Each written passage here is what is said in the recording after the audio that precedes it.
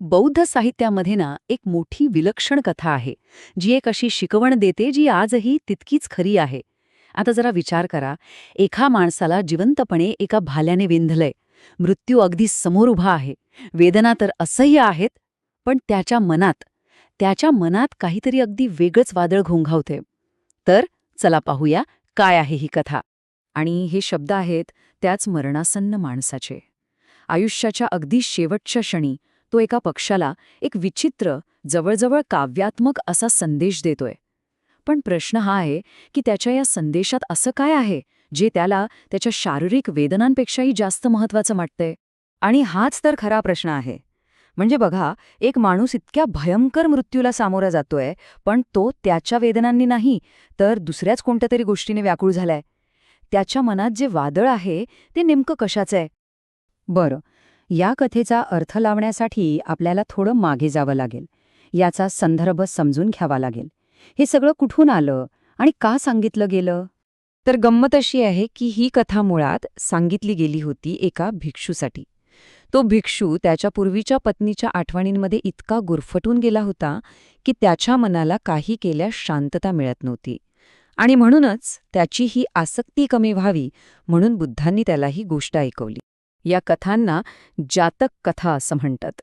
ह्या म्हणजे कसं, बोधप्रद कथांचा एक मोठा खजिनाच आहे असं समजा. प्रत्येक कथेतून बुद्धांच्याच कोणत्या तरी पूर्वजन्माचा अनुभव समोर येतो आणि त्यातून मानवी स्वभावावर आणि त्याच्या समस्यांवर एक वेगळाच प्रकाश पडतो. या कथांची एक ठरलेली रचना असते. म्हणजे वर्तमानात एक समस्या उभी राहते आणि त्या समस्येचं मूळ शोधण्यासाठी भूतकाळातली एक गोष्ट सांगितली जाते. म्हणजे बघा, वर्तमानातील गुंता सोडवण्यासाठी भूतकाळातील गोष्ट जणू काही आरशासारखं काम करते. तर मग आता पुन्हा त्या शूलविद्ध माणसाकडे वळूया आणि बघूया की त्याच्या त्या शेवटच्या शब्दांमधून त्याच्या खऱ्या यातनेबद्दल काय कळतंय. आता जरा लक्ष द्या, त्याच्या मनात काय चाललेय ते. तो स्वतःच्या वेदनांबद्दल ना एक अक्षरही बोलत नाहीये. त्याला चिंता आहे की त्याच्या पत्नीला वेळ कसा जाईल, ती रागावेल का, आणि त्याने मागे ठेवलेल्या संपत्तीने ती समाधानी राहील की नाही. हे किती अजब आहे, नाही का?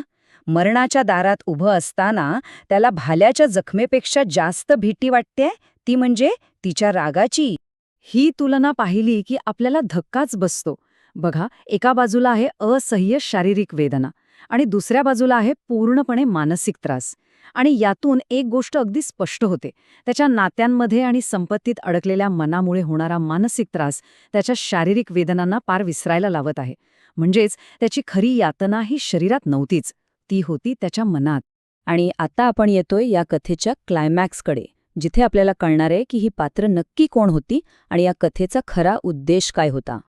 आणि हा आहे तो क्षण जिथे सगळा उलगडा होतो.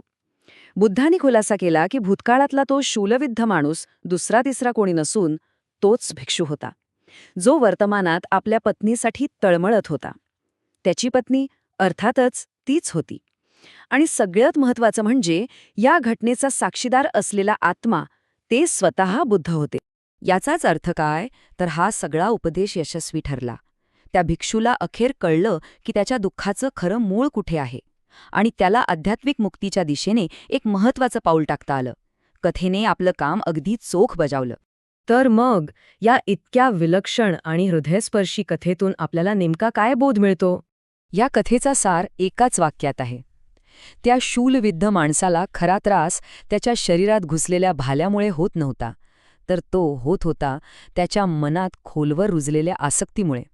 पत्नीबद्दलची आसक्ती, तिच्या रागाची भीती आणि मागे सोडलेल्या संपत्तीची चिंता, हीच त्याची खरी यातना होती.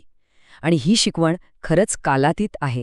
आणि शेवटी ही प्राचीन कथा आपल्याला स्वतःच्या मनात डोकावून बघायला लावते.